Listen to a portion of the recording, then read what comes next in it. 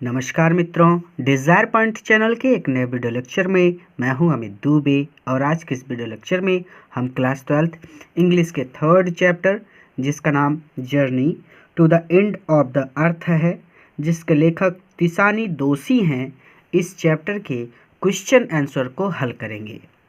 तो यहाँ पर आप देख सकते हैं लेसन 3, चैप्टर का नाम है journey to the end of the earth. यहाँ पे हमारा पहला क्वेश्चन है, how did the author reach Antarctica. ध्यान से समझिएगा, इस क्वेश्चन का मतलब है कि जो ऑथर हैं, जो लेखक हैं, वो अंटार्कटिका कैसे पहुँचे। अब एक बात और, अगर आपके पास क्वेश्चन आंसर लिखने का समय नहीं है या फिर आप लिखना नहीं चाहते, तो नीचे आ रहे अभी सर के नंबर पर आप उनसे कांटेक्ट करके पीडीएफ ले सकते हैं। उस पीडीएफ में यानी नोट्स में, जो नोट्स वो अभी सर आपको देंगे, उस नोट्स में आपको सभी चैप्टर के क्वेश्चन आंसर, सभी चैप्टर के सेंट्रल आइडिया, बोर्ड एग्ज़ाम में जो क्वेश्चन आंसर पूछे जा चुके हैं, जो सेंट्रल आइडिया पूछे जा चुके हैं, वो भी सब कुछ आपको एक ही पीडीएफ में मिल जाएगा। यानी इम्पॉर्टेंट और मोस्ट इम्पॉर्टेंट क्वेश्चंस भी आपको पीडीएफ में मिल जाएंगे, यानी सब कुछ आपको पीडीएफ में मिल जाएगा। पीडीएफ से आप तैयारी कर सकेंगे। लेकिन अगर आपके पास समय है तो आप वीडियो से भी आपके नोट्स तैयार कर सकते हैं। ये हमारा तीसरा चैप्टर है, चलिए देखते हैं। तो इसका आंसर होगा, the author found himself aboard a Russian research vessel the academic Shokalskiy heading toward the coolest, driest, windiest continent in the world, Antarctica. He traveled over 100 hours in combination of a car, an aeroplane and a ship. In this way, the author reached Antarctica. अब बच्चों का comment आया था कि sir Hindi भी बता दिया करिए ताकि समझ में आ जाए। तो देखिए बेटा, हिंदी मैं आपको बता रहा हूँ, लेकिन मेरे बताने का तरीका समझिए। जैसे मैंने यहाँ से लेकर यहाँ तक पढ़ दिया, तो अब मैं आपको एक आसान शब्दों में लंबे स्तर पर, यानी जो इस आंसर में लिखा गया है वो मैं आपको बता दूंगा हिंदी में। लेकिन अगर आपको दिक्कत होती है या फिर आपने इस चैप्टर को अच्छी तरह से नहीं पढ़ा है, तो आप YouTube पर डायरेक्ट सर्च कर सकते हैं, journey to the end of the earth desire point. यानी इस चैप्टर के अंत में, यानी इस चैप्टर के नाम के अंत में जब आप डिज़ायर पॉइंट जोड़कर YouTube पर सर्च करेंगे, तो आपको YouTube के सर्च में सबसे पहला वीडियो हमारा मिल जाएगा। उस वीडियो से आप इस चैप्टर को बहुत ही आसानी से और बहुत सरल शब्दों में पढ़ सकेंगे। चलिए अब देखते हैं यहाँ पे हमने क्या लिखा है। तो यहाँ से यहाँ तक, अंटार्कटिका तक कहा गया है कि जो ऑथर हैं, जो लेखक हैं ना, वो कह रहे हैं कि मैंने पाया कि मैं खोज के काम में लगे एक रूसी जलयान पर सवार हूँ जिसका नाम एकेडमिक सोकाल्स्की है, और मैं संसार के सबसे ठंडे, सबसे सूखे और सबसे तेज हवाओं वाले अंटार्कटिका महाद्वीप की तरफ बढ़ता जा रहा था। अब इसके आगे ही ट्रेवल्ड से लेकर के यहाँ तक, शिप तक, कह रहे हैं कि उन्होंने, ऐसे कह सकते हैं कि उन्होंने कार में, हवाई जहाज और जलयान में कुल मिलाकर 100 घंटे से भी अधिक की यात्रा की थी। In this way the author reached Antarctica, और इस तरह से लेखक अंटार्कटिका पहुँचे। क्लियर है? बहुत स्लो पढ़ा रहा हूँ ताकि डाउट ना हो, और एक एक वर्ड नहीं पढ़ा रहा क्योंकि आप भटक ना जाएं। ठीक है? अगर एक एक वर्ड पढ़ना है, एक एक वर्ड समझना है, तो वही काम करना है, यूट्यूब पर सर्च करना है journey to the end of the earth desire point, और आप एक एक वर्ड हमारे चैनल से पढ़ सकते हैं, जो वीडियो लेक्चर आपको यूट्यूब के सर्च में मिलेगा उससे। चलिए आगे चलते हैं। ये तरीका मैंने इसलिए अपनाया है ताकि आप लोग भटके भी ना और मेरा वीडियो भी ज़्यादा लंबा ना हो। चलिए question number 2, what was the wonder the author realised reaching Antarctica. इसका मतलब है कि अंटार्कटिका पहुंचकर लेखक को किस आश्चर्य का एहसास हुआ। तो कह रहे हैं कि the author realized wonder reaching Antarctica when he saw Antarctica's expansive white landscape and uninterrupted blue horizon. He wondered at its immensity, its isolation, but mainly at how there could ever have been a time when India and Antarctica were part of the same landmass. आसान शब्दों में, the author realized wonder reaching Antarctica, यानी Antarctica पहुंचकर author को wonder हुआ, आश्चर्य हुआ, when he saw Antarctica's expansive white landscape and uninterrupted blue horizon. इसका मतलब है अंटार्कटिका के या फिर दक्षिणी महाद्वीप के विस्तृत सफ़ेद भूदृश्य और अविरल नीले क्षितिज को देखकर। ठीक है। He wondered at its immensity, its isolation, but mainly at how there could ever have been a time when India and Antarctica were part of same landmass। इसका सीधा सा मतलब, ज़्यादा लंबा चौड़ा खींचने की ज़रूरत नहीं है, कि जो आश्चर्य की बात थी ना, उसके बाद वो कह रहे हैं कि वो इस बात से विस्मित थे कि उसकी विशालता, उसके अलगाव पर, और विशेष रूप से इस बात पर कि कैसे वो एक समय रहा होगा जब अंटार्कटिका और इंडिया यानी भारत सेम लैंडमास यानी एक ही धरती के हिस्से थे। ठीक है, आसान है, आगे चलते हैं। आगे कहते हैं कि व्हाट वाज गोंडवाना। गोंडवाना क्या था? तो कहते हैं 650 million years ago Gondwana was a great amalgamation southern super continent. It centered रफली around the present day Antarctica. आसान शब्दों में 6 अरब 5 करोड़ साल पहले गोंडवाना जो था ना, वो एक विशाल मिश्रित दक्षिणी अति महाद्वीप था। ठीक है। इट सेंटर्ड रफली around the present day Antarctica. इसका मतलब कि जो मोटे तौर पर आज के अंटार्कटिका के चारों ओर स्थित था। चलिए अगले प्रश्न पर चलते हैं। बहुत ज़्यादा बेसिक नहीं पढ़ा रहा, बहुत ज़्यादा बेसिक से पढ़ना हो तो वही काम कीजिएगा, यूट्यूब पर सर्च कर लीजिएगा, क्योंकि ज़्यादा बेसिक पढ़ाऊँगा तो आप भी भटक जाएंगे। ठीक है। How is the present globe shaped which we know today. ये तो बड़ा ही आसान प्रश्न है। कह रहे हैं कि वर्तमान पृथ्वी ने कैसे आकार लिया जिसे हम आज जानते हैं, यानी जो आज हम जानते हैं पृथ्वी का आकार, वो आकार पृथ्वी को कैसे मिला। दोनों तरह से बता दिया। अब इसका आंसर होगा when the dinosaur were wiped out and age of mammals got underway, the land mass was forced to separate into countries shaping the globe much as we know it today. इसमें हमने ये लिखा है कि जब dinosaur समाप्त हो रहे थे और स्तनधारी प्राणियों का युग प्रारंभ हो रहा था, जो धरती थी या फिर जो गोंडवाना की धरती थी, वो देशों में अलग अलग बंटने के लिए मजबूर हो गई और पृथ्वी का कुछ ऐसा रूप बन गया जिसे हम आज जानते हैं या फिर जो आज हमारे सामने है। अगला प्रश्न, what can be the mind boggling thing about the history in a million years. इस प्रश्न का मतलब है कि 10 लाख वर्षों में इतिहास के बारे में कौन कौन सी या फिर कैसी विलक्षण चीज़ें हो सकती हैं। ठीक है, ऐसे भी पढ़ सकते हैं कि क्या विलक्षण चीज़ हो सकती है। ठीक है। To think where we have come from and where we could possibly be heading, it is understand the significance of Cordilleran faults and Cambrian granite shields, ozone and carbon, evolution and extinction, all that can happen in million years. It can get pretty mind boggling। आसान शब्दों में यह समझना कि हम कहाँ से आए हैं और हम कहाँ जा रहे हैं। इसका अर्थ है कि यहाँ पे जो लिखा गया है उसका मतलब सीधा सीधा कि पृथ्वी की मुख्य पर्वत श्रेणी की परतों के महत्व को और कैम्ब्रियन युग के पहले की ग्रेनाइट चट्टानों से बने भूभाग को समझना, ओजोन और कार्बन को समझना, विकास और विनाश या फिर प्रलय को समझना, यानी ये सब कुछ। ठीक है। Ozone and carbon, evolution, extinction, all that can happen in million years, it can get pretty mind boggling. इसका मतलब हो जाएगा ऐसा 10 लाख वर्षों में हो सकता है, और जब ये सब कुछ हम लोग सोचते हैं तो हमारा मस्तिष्क चकरा जाता है। अगला प्रश्न, what is the chilling prospect for the author, यानी जो लेखक हैं उनके लिए जो शीतलन संभावन क्या है या फिर शीतलन दृश्य क्या है।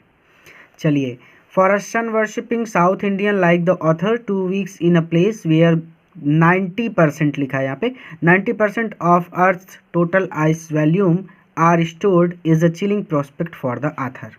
तो इसका मतलब सीधा सीधा है, बच्चों को तो वैसे ही पता चल गया होगा कि एक लेखक के समान, जैसे for sun worshipping South Indian like the author, यानी लेखक के जैसे सूर्य पूजक दक्षिण भारतीय के लिए उस स्थान में 2 सप्ताह रहना जहां संपूर्ण पृथ्वी का 90% बर्फ का भंडार है, एक कष्टकारी स्थिति है। ठीक है। What does one feel in Antarctica? How is it captured visually? अजीब बात है, इतने खतरनाक प्रश्न है। चलिए कोई बात नहीं, पढ़ना तो है ही। कह रहे हैं कि What does one feel in Antarctica, यानी अंटार्कटिका में कोई क्या महसूस करता है। और आगे कहते हैं How is it captured visually, और उसे दृष्टिगत रूप से कैसे ग्रहण किया गया है।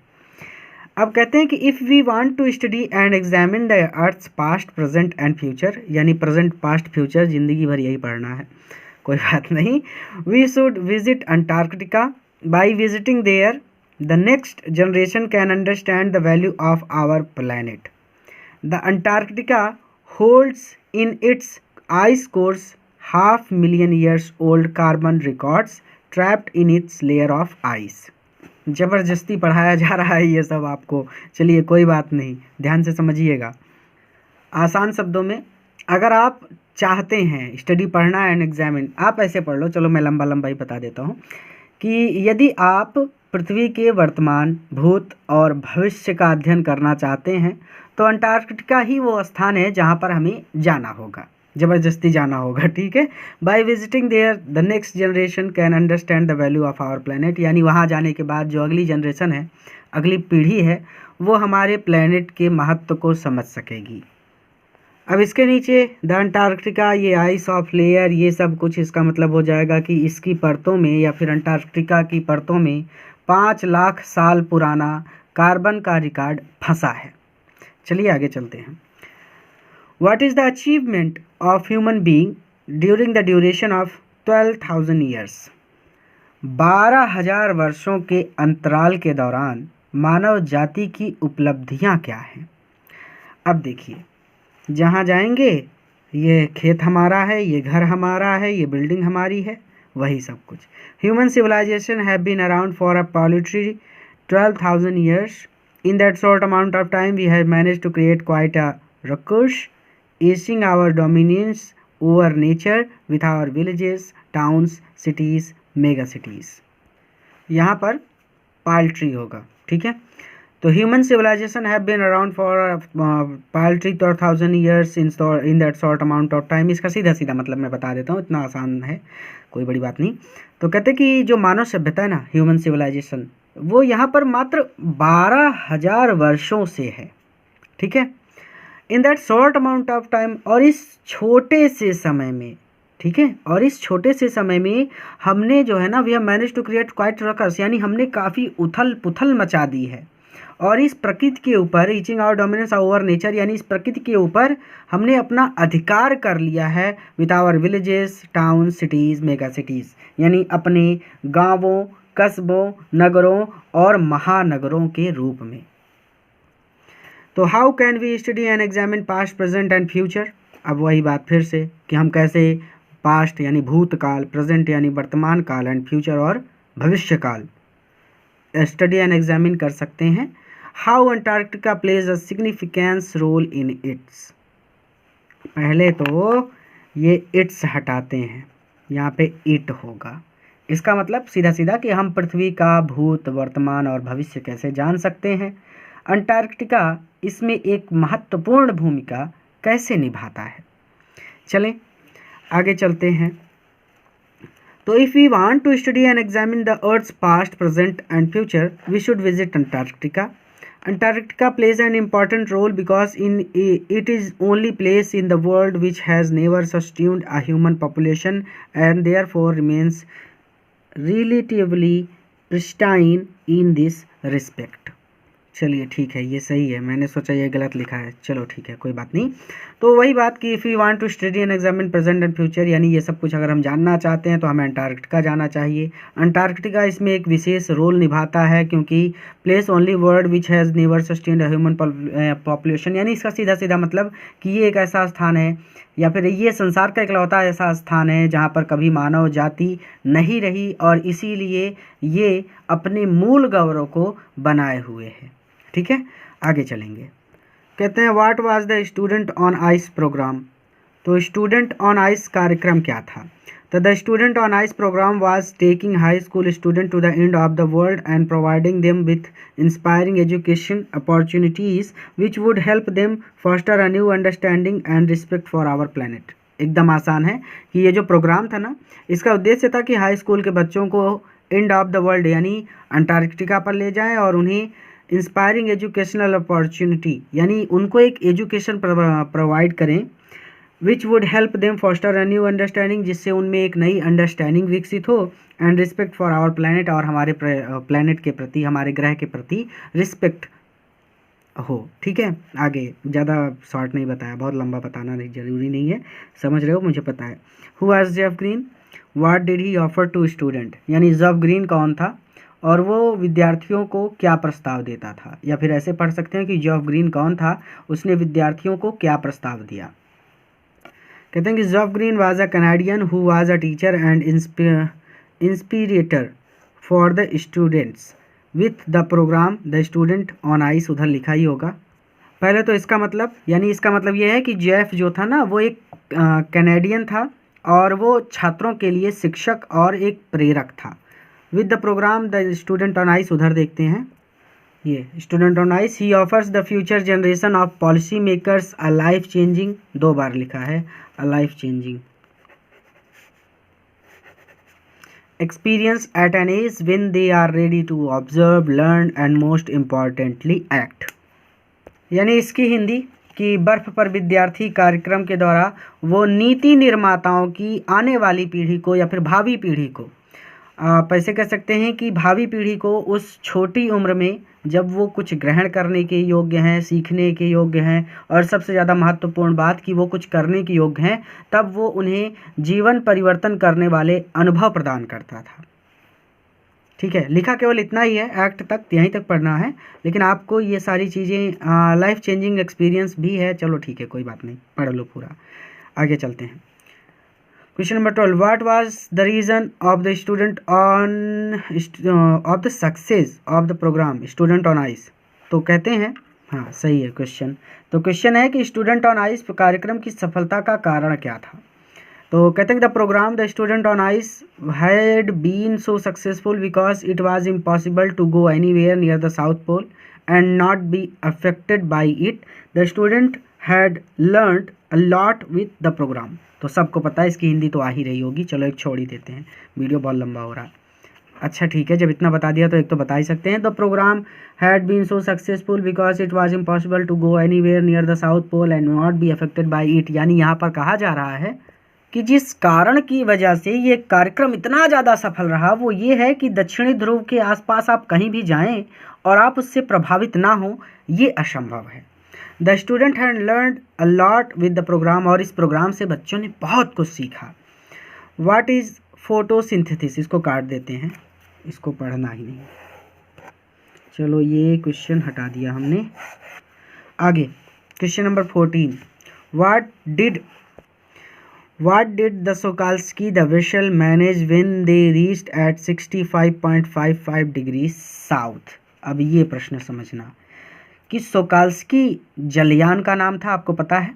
तो सोकाल्स्की जलयान ने क्या पथ प्रदर्शन किया था जब वे दक्षिण में 65.55 डिग्री स्थान पर पहुँचे।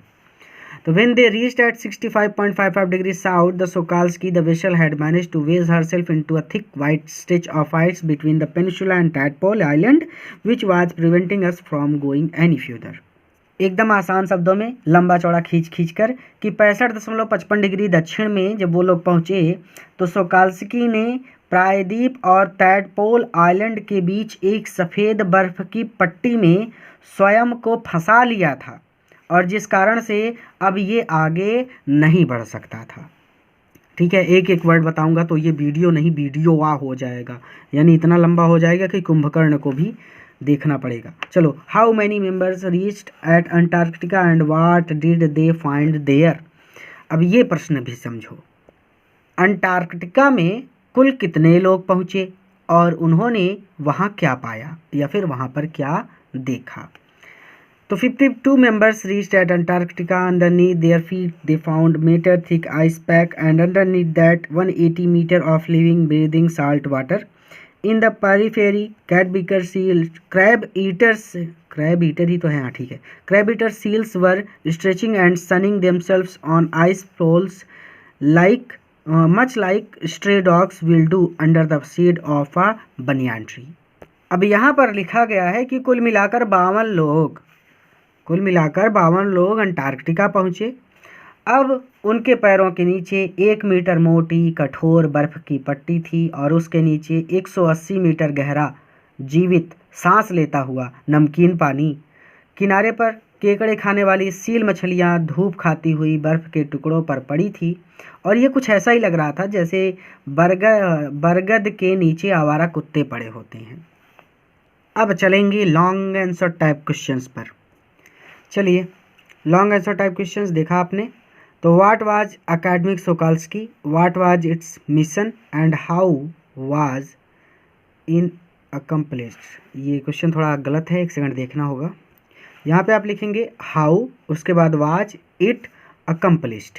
इसका मतलब एकेडमिक सोकाल्स्की क्या था, उसका अभियान क्या था और वो कैसे पूरा हुआ।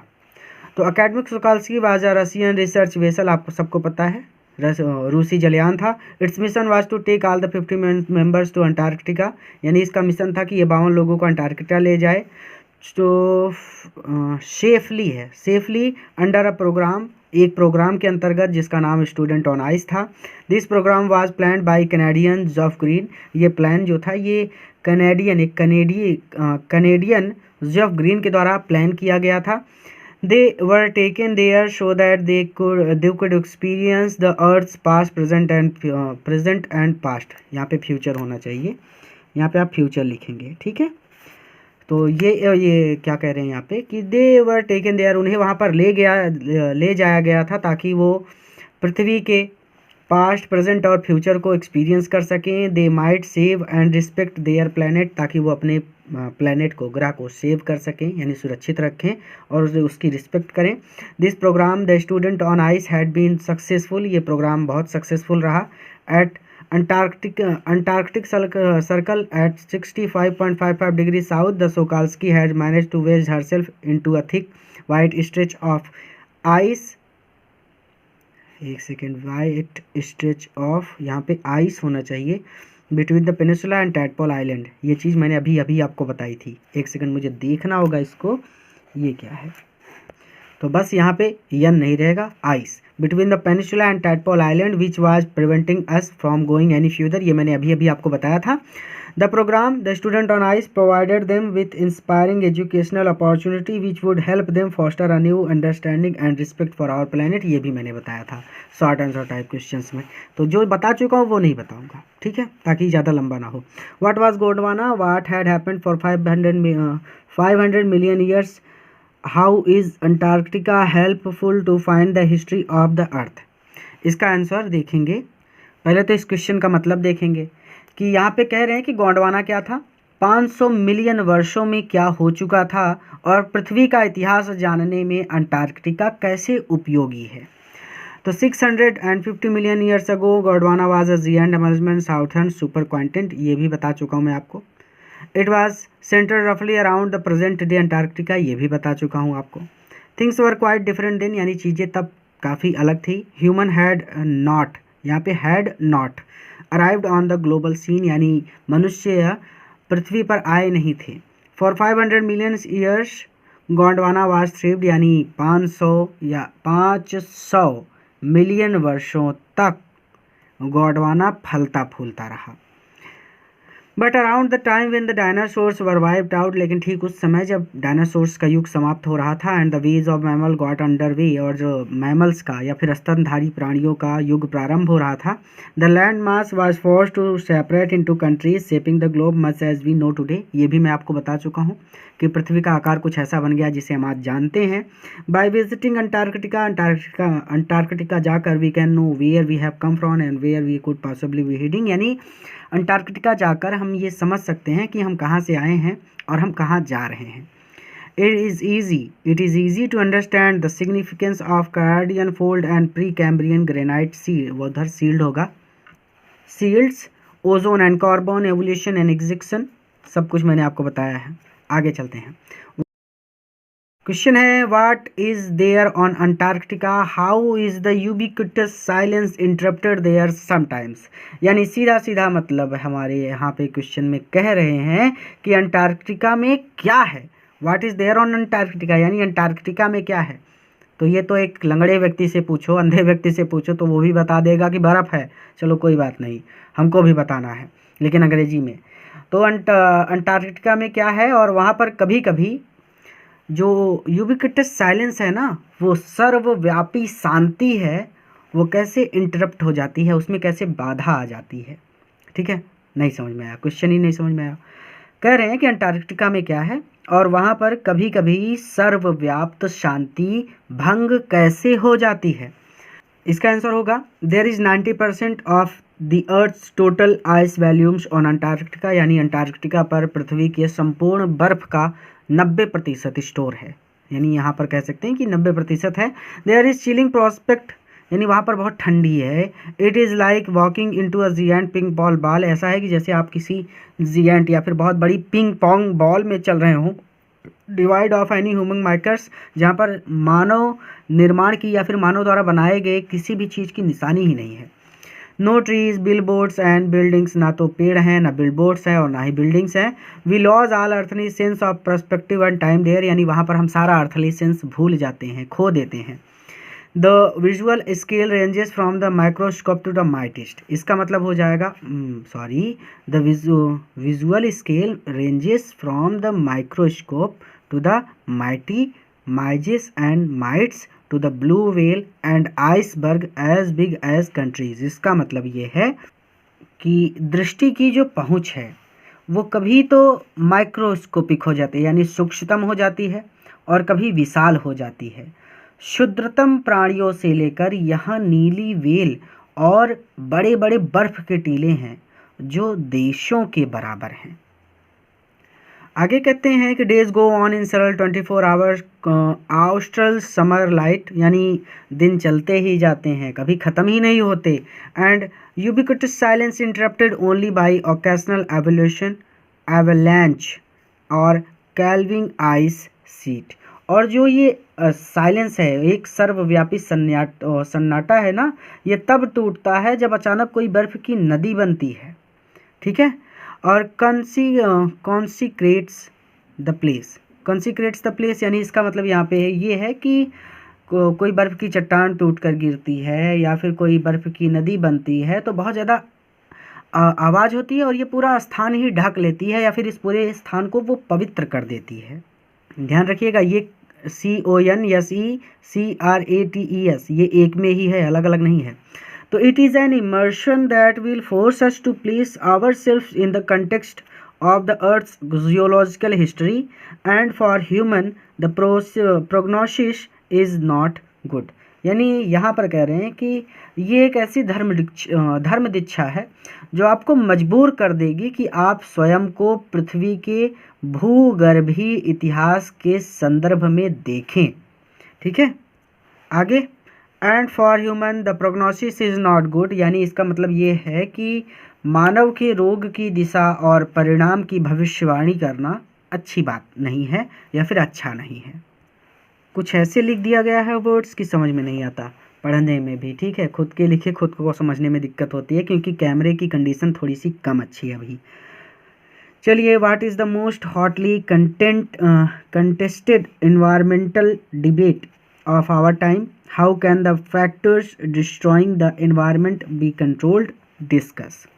अब ये एक लंबा चौड़ा भाषण है चलिए, हमारे समय की सर्वाधिक गर्मा गर्म विवाद से जुड़ी या फिर विवादास्पद पर्यावरणीय बहस क्या है, या फिर ऐसे भी पढ़ सकते हो कि हमारे समय की सबसे ज़्यादा गर्मा गर्म विवादास्पद पर्यावरणीय बहस क्या है, और जो कारक पर्यावरण को बर्बाद कर रहे हैं उन्हें कैसे नियंत्रित किया जा सकता है। अब कहते हैं डिस्कस, इस पर चर्चा कीजिए। चर्चा करना आपका काम है लेकिन हमको करना पड़ रहा है। चलिए, debate climate change is one of the most hotly content environmental climate change है, तो climate change is one of most hotly contested environmental debate of our time, यानी क्लाइमेट चेंज, या जो क्लाइमेट में चेंज हो रहा है यही सबसे ज़्यादा गर्मा गर्म विवादास्पद पर्यावरणीय बहस है। There are some questions in this debate on environment, यानी इस बारे में कुछ प्रश्न हैं, जैसे कि will the West Antarctic ice sheet melt entirely, यानी क्या अंटार्कटिका की पूरी बर्फ पिघल जाएगी।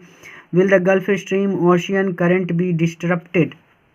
अब गल्फ स्ट्रीम मैंने पढ़ाया था चैप्टर में, इसलिए यहाँ पर लंबा चौड़ा भाषण नहीं दूंगा।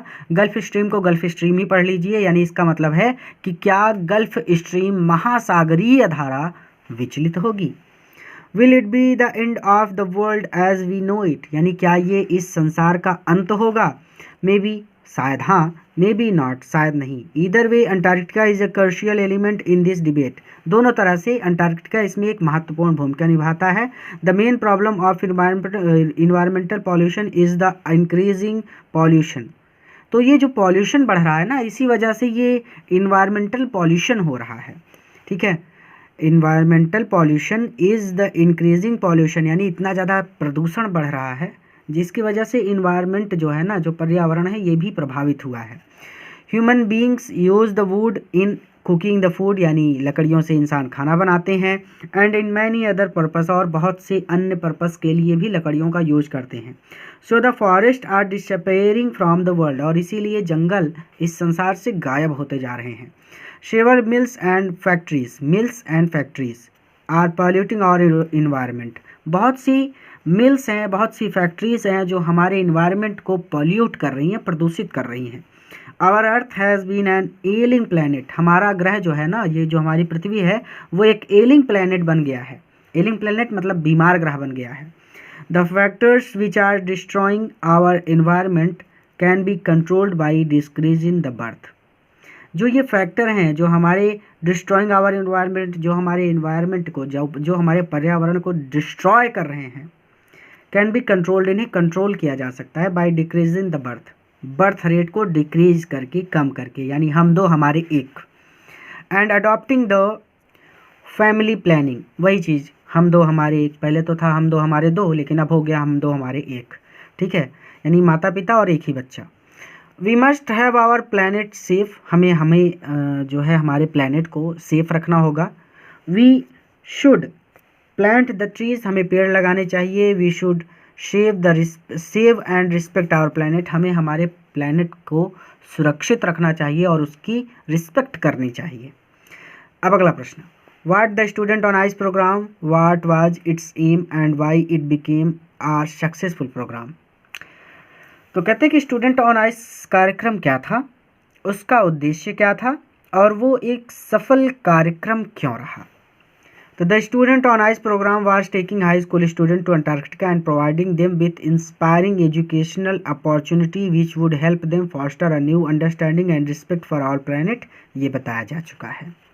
Geoff Green was a Canadian who took the students to Antarctica. The main aim of this program was to give an understanding the danger of global warming.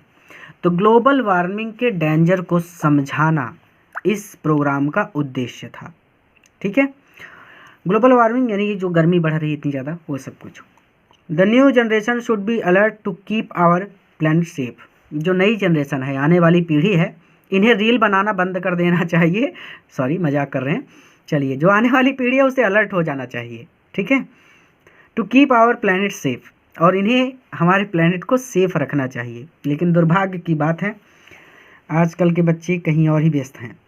चलिए कोई बात नहीं, आप समझदार हैं, लेकिन आप लोगों को ये ध्यान रखना है। The programme the student on ice had been so successful because it was impossible to go anywhere near the south pole and not be affected by it. ये भी बताया जा चुका है। The student had learn a lot of the planet with this program, और इस programme के माध्यम से बच्चों ने प्लैनेट के बारे में बहुत कुछ सीखा। पांचवा प्रश्न, describe the passengers trading on Antarctica, what life was surviving there and what did they learn from Antarctica. तो यात्रीगणों के अंटार्कटिका पर कदम रखने की व्याख्या कीजिए। वहाँ पर कौन सा जीवन जीवित था, यानी वहाँ पर कैसे पशु पक्षी रह रहे हैं, कौन कौन से हैं, ये सब कुछ, और उन्होंने अंटार्कटिका से क्या सीखा। चलिए ये आपके लिए एक होमवर्क है, आप समझ सकते हो। इसे आप अपनी लैंग्वेज में लिखिएगा। पूरा आंसर लिखा है, आप देख सकते हैं कि 52 people started their journey to Antarctica in the guardianship of an experienced educator and adventurer Jeff Green who was a Canadian. He took them there so that they might learn the Earth's past, present, and future. Academic Sokolsky, a Russian vessel, carried 52 people to Antarctica. When they reached, they saw Antarctica's expansive wide landscape and uninterrupted blue horizon. There was a meter-thick ice pack under their feet, and under that 180 meter of living, breathing salt water. In the periphery, crab-eater seals were stretching and sunning themselves on the ice floes much like stray dogs. यहाँ पे भी इंस लिख दिया गया है, यहाँ पे होना चाहिए आइस। आइस फ्लोज या FLOES much like stray dogs will do under the shade of a banyan tree. They learned from Antarctica that if Antarctica were a warm place that it once used to be, the whole human being would destroy. ठीक है, WHOLE, whole मतलब संपूर्ण। Human existence would be ended. We would have gone from the earth like dinosaur and mammals. तो ये तो लिखा है मैंने अपनी तरफ से, लेकिन इस पर ये एक होमवर्क है आपके लिए। आप अपनी तरफ से इसका आंसर बनाने की कोशिश कीजिएगा और देखिएगा कि आपसे कितना बन पा रहा है। ठीक है, इससे फ़ायदा ये होगा कि अगर बोर्ड एग्ज़ाम में ऐसे प्रश्न आ जाते हैं इस चैप्टर से, तो लॉन्ग आंसर टाइप क्वेश्चंस को आप अपने आप से भी लिख सकते हो। इस चैप्टर के लॉन्ग आंसर टाइप क्वेश्चंस को लिखने का सबसे आसान तरीका ये है कि आप चैप्टर को अच्छी तरह से पढ़ें और 2-4 क्वेश्चन तो आप अपने आप से ही हल करें, क्योंकि ये चैप्टर उलझाने वाला चैप्टर है, बड़े बड़ों को उलझा देता है। तो जब आप इसके 1-2 लॉन्ग आंसर टाइप क्वेश्चंस को खुद हल करेंगे तो आपको आइडिया हो जाएगा कि कौन कौन से वर्ड कहाँ पे हैं और किसका क्या मतलब है, और आपके लिए ये चैप्टर इजी हो जाएगा। लेकिन अगर आप रट्टा मारने की कोशिश करेंगे लॉन्ग आंसर टाइप क्वेश्चंस को, तो वो याद होने से रहे, बहुत मुश्किल से ही याद होंगे, आपको बहुत मेहनत करनी पड़ेगी। तो सबसे आसान तरीका ये है कि आप वीडियो से भी देखें, लेकिन कोशिश करें कि आप कितना बना सकते हैं क्वेश्चंस के आंसर को। और अगर आप कहीं पर भटकते हैं या फिर अटक जाते हैं तो आप वीडियो का सहारा ले सकते हैं, या फिर आप नोट्स लिए हैं, आपके पास नोट्स हैं, अभी सर से अगर आपने नोट्स लिया है तो आप नोट्स से देखकर अपने क्वेश्चन में आगे बढ़ सकते हैं। पूरा वीडियो देखने के लिए धन्यवाद। एक नया वीडियो लेक्चर में एक नए चैप्टर के साथ मैं आपसे फिर से मिलूंगा। इस वीडियो को अपने मित्रों के साथ ज़रूर शेयर कीजिएगा ताकि वो भी इससे लाभ ले सकें।